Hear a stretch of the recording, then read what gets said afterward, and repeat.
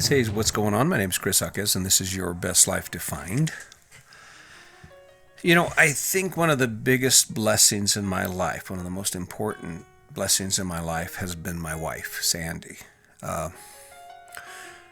We've been together 39 and a half years. We met when she was young. She was about 14 when I met her. I was about 6, maybe not quite 16. We've been married. She was my junior high sweetheart, actually. And I think about all the struggles we've been through. I remember, I'll do a podcast later on, but I remember it dawned on me the other day that we don't even have wedding pictures. When we got married, there were 6 people at our wedding, and that included everyone. That was the bridegroom, the preacher, and witnesses, and then we had one wedding crasher. And I've said this before, but I think there's this assumption when we fall in love and we start going through that somehow or another it just works out. And if it were one-sided, if life was a lot less complicated than it is now, and things were different, maybe that would be the case. But I've noticed that a lot of people who get into these relationships, and they can't understand why they don't work and why it's so difficult. Great relationships are difficult. It's hard to have a great relationship, and part of that is because even if you want to believe it, our entire life up to the point we get in a relationship is about ourselves. It's about selfishness. It's about what I want, where I want to be, where I want to go. And then there's nothing in our life, there's nothing in the interim that teaches us another way to think about that. In fact, that's ingrained in us. It's called self-preservation. And then you add someone to your life, and anytime things go awry or anytime things go against what we want as individuals, that's where the problem starts. And it's only for those of us who are willing to say, you know what, maybe I'm not the best at this. Maybe there's something I can learn from this, that your relationship goes to the next level. See, in the 39 years I've been married to Sandy, the one thing I know is that selfishness doesn't work. You cannot be selfish. You have to be giving. You have to give more to your partner than you do yourself, because that's the only way that you find the balance. Because from the time you were able to walk until the time you got into your relationship, it was all about you. And then you get into a relationship and all of a sudden you're expected to yield and to compromise and to think of someone and to love someone more than yourself. Sorry, it's easier said than done. I mean, the divorce rate would say that it's easier said than done. And what's really ironic about it is that you fall in love and there's those connections and those things that you have together. But simply because we don't have the tools to deal with the sharing part of it, because that's what relationships are about. Relationships are about sharing. It's the ultimate test, and you will share. But the other side of it is that you share your heart too. And unlike relationships with people you meet casually or your coworkers, there's an intimacy that creates that, the hurt. And the hurt, it hurts so much more. It hurts so much more when it's the person you love, the person that you've been vulnerable with. So what do you do? If you want to have an amazing relationship, you have to become an amazing person. If you want to have an amazing relationship, you have to become a giving person.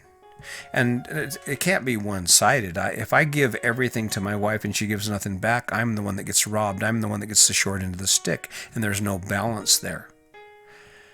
I think that's where we're at now. I think, we've had a few disagreements here and there, and I think about every 3 or 4 months, things build up where there's anxieties or external pressure on us, and it comes out in certain ways. But what I've found is that, I can do better. I remember the last discussion we had. We were debating something about what we were doing and the direction our life was headed, and just trying to make the best of this life we have. And someone I know told me, you know what, you can do better. And I thought about that, and I thought, yes, I can do better. And that was how the conversation started in resolving this issue was, you know what, baby, I hear what you're saying, and I can do better. I can be kinder. I can be more yielding. I can be more considerate. But in order for you to live your best life in your relationship and to have a great relationship, you have to want that. It's not just going to happen. You want to have that great relationship. And what's cool about it, let's just say that your partner is not ready. Let's just say your partner is not quite ready to yield and to say, okay, I'm going to love you more than myself. Your kindness, your empathy, your consideration, and your unwillingness or your willingness to give more and to be a better person for the person you love, it will change them. It will confuse them. It will baffle them. They'll be like, why aren't you yelling at me? Why aren't you mad at me? When your responses change, their responses will change accordingly. And all of a sudden, the conversations that used to threaten them and used to be the subject of debate and arguments and tears and heartache are now just conversations. See, there might be a lot of things that you've heard me talk about that you're thinking, oh, he don't know shit about that. Well, I know about relationships. I know about relationships because mine wasn't supposed to last. We weren't 16 years old when I married her, baby on the way, 18, unemployed, no education. What I learned is that when I stopped fighting her, when I stopped fighting with her and I started listening to what she had to say, and then instead of just ignoring what she had to say, I decided, you know what, I'm going to be better at this. I'm going to learn how to do this. You know, here's an example. Just the other day, we were kind of having a debate or a conversation. It was my wife's impression that I get irritated when I go shopping with her. She was headed to town. She was going to take off. And we don't go to shopping very often, but oftentimes when I do, my wife's impression of me was that I was eager or in a hurry to be out of the store. And it was kind of an upsetting conversation because it kind of caught me off guard because I didn't think I was portraying that. But that was her perception. Now, what that could have done was that could have created a dynamic where we were angry with each other and we were frustrated and I was hurt and things didn't work out. And sure, there was some emotion involved. I felt kind of shamed by what she had said to me in regard to her shopping with me and why she didn't want me to go shopping with her. But what it came down to was by being able to talk, by having the skills to be able to talk and ask questions and to bring my level back down to where it's supposed to be and not where it always went to. That is not getting angry and frustrated and start speaking from hurt feelings and not from logic. And as it turns out, I just told her, I says, well, here's the deal. Let's just do a safe word. If she feels, I told her, says, if you feel like I am in a hurry, you feel like that feeling comes up in you to where you feel like you need to hurry or rush, then all you have to do is ask me, are you in a hurry? And I'll say no. And because I heard you say that word, ask me that question, then I'll just go do something else. I'm going to step her down, bring her down to low gear and slide away. Go look at the guns or go look at the backpacks or just slow my pace down to give her give her the message that, yes, I'm right here with you, baby. We can do this all day long. That's a skill. It's developed. That's what makes a great relationship. The ability to have a conversation without tears. See, I can be kinder.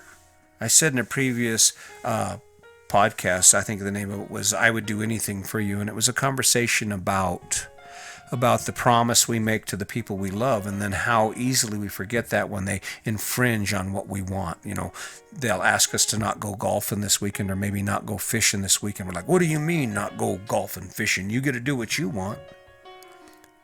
But that's kind of contrary to the words, I will do anything for you. I would take a bullet for my wife. Yeah, but would you not go fishing with the buddies one weekend and go to a baby shower with her? Or would you not go fishing one weekend so she can go look at furniture and feel comfortable with you? Changes the dynamic a little bit. I threw a podcast out early on about Brene Brown. Brene is an amazing woman. She spent a lot of time doing the things she's doing. She's developed an amazing brand for herself. And I don't mention the brand. I mention the brand because I'm envious of it. Because not only has she got a great brand, but she has a great message. And it's worth it. I mean, it's not a smoke thing. She changes lives with the things she's done in the books she's written. And that was one of those steps in growth. That was me becoming a better person, and ultimately my wife becoming a better person. And that's why I say great relationships don't just happen, because the new wears off. And then there's the you and them. And in that, you have to find that common ground where you learn to communicate, and you learn that you are not the most important person in the relationship. And that you learn that it's okay. You don't need to be asked to do the dishes. If there are dishes in the sink, I do them. You know why? Because it keeps my partner from doing them. And more than that, it gives her an opportunity to appreciate me. Because when I think about our relationship, I think about, would I want to be with me?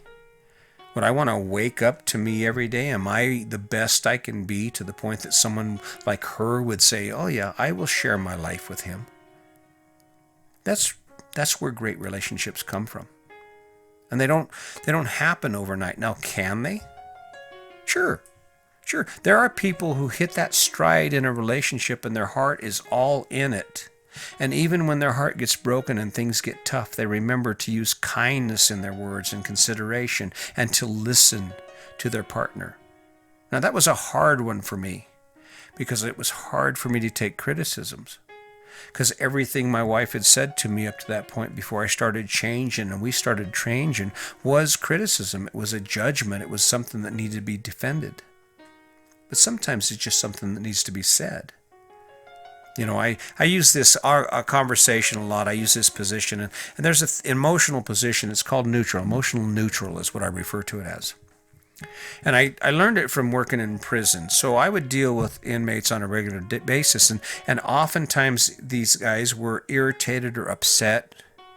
And by watching other people and by watching how my interactions went with inmates, what I learned is that the last thing you want to do in any emotional situation is jump in that emotional car with that person. If they are excited, the more excited they are, the calmer you get. If they're angry, the kinder you become. But you cannot balance, you cannot accent or add to the level of energy that they're carrying, because it does nothing but destroy your ability to communicate. So even now, when we're having tough conversations, and we have, COVID-19 has put a serious damper on our travels. It was not my plan to spend this much time in Colorado, and granted, I love Colorado and I love my kids, but we've had some moments. And in those moments, I have to remind myself, stay neutral. Stay neutral. This is not about you. This is about us. And in doing so, what it does, it keeps me from falling back on those habits that I created that were within me for so many years, where she would say something and I would yell or raise my voice or start making comments or judgments against her to defend myself. I don't have to do that anymore. Say what you want, darling. I'll listen. And just so you know, the thing I will tell you is I will make it better. Tell me what's wrong. I'm the first responder. I'm here to help you. I'm here to help us. And when she adapted that same attitude, and I get to talk to her and I get to share my stories with her, and I don't just say things anymore to appease her, the promises I make, I keep. When I said I'll never yell at you again.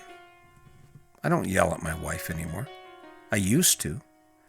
She don't yell at me anymore.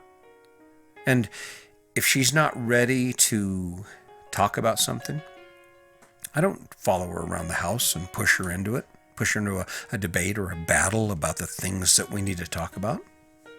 I give her space, because in that builds trust. And it's within that trust where you know you can come to that person, your best friend, your hero, without being hurt, without getting crushed. That you become better together, and that's where your great relationship comes from. That's where an amazing relationships are born. And it's a continual process.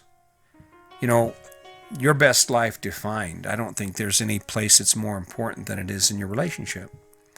Are you being the best person you can be for the person you love? Are they being the best person they can be for you?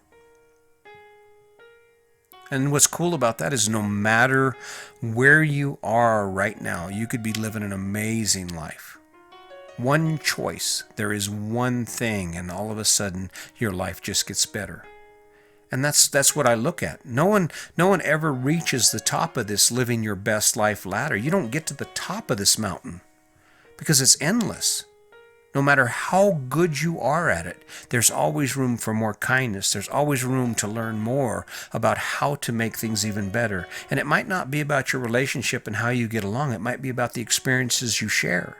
It might be about the stories you share or the quality of time you share. I really appreciate the sound of my wife's voice. And I've said this before, the biggest fear I have in my life is that there's going to come a time when we have to say goodbye, and that scares the hell out of me. Because I don't think I'm ready. I don't think that's one of those things I don't think I will ever be ready for. And it's coming.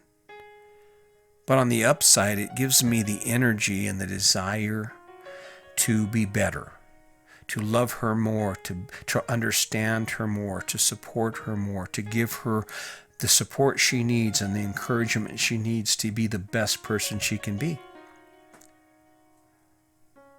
That's where great relationships come from. It's sad to me. I see people get divorced because they can't get along, and it goes from this loving relationship where the sky is the limit to this dreadful situation where there's a lot of anger and hurt. And what's ironic about that is that for both of those people who step away from that relationship, the new relationship will be the same. It'll be all flowers and unicorns and lollipops, and it'll be wonderful in the beginning. But then we fall back into our old habits, into the habits that allow us to survive as individuals. And pretty soon the arguments will start, and the debates will start, and the disagreements will start. And it will be a mirror of the relationship you just gave up. And it's because until we fix who we are on the inside, until we fix who we are and we understand ourselves, we will always struggle at understanding other people. And until we accept the fact that no matter where we are in that relationship, we can do better. And there's no compromise. There's nothing lost by being kinder. There's nothing lost by making a promise to not yell or to try not and raise your voice or to sit back and listen, to look at them as they speak and try and understand what they're saying and work to solutions. Because you will have debates. You will have rust spots. Because relationships evolve. If you want to live your best life, start with your relationship. If you want to live your best life, start with the person you love. And show them that you can be better, that you can be a better version of yourself. And that involves kindness and compassion and empathy and a true desire to understand, and not to change them into the person you want them to be, but to love them for the person they are. And to step aside and find a way to hold each other accountable to the standards that are set by both of you, that are shared, the moral goals and the ideas and the dreams.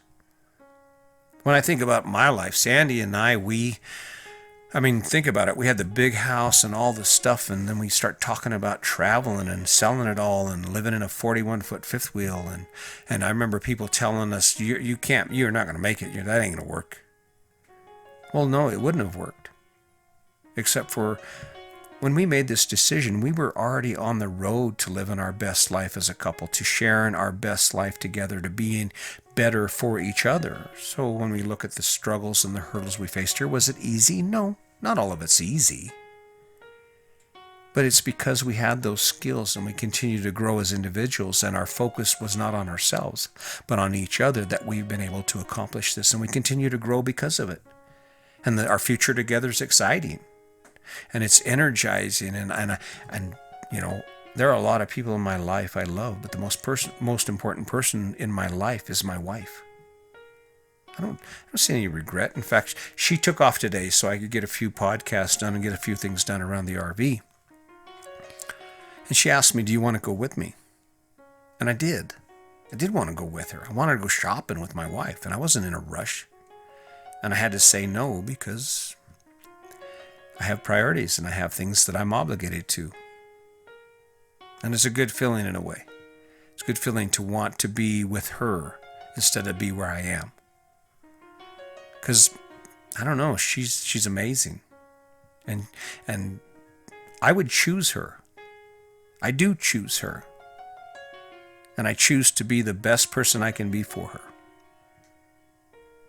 And we have a great relationship for it. That's why we've been married 39 and a half years.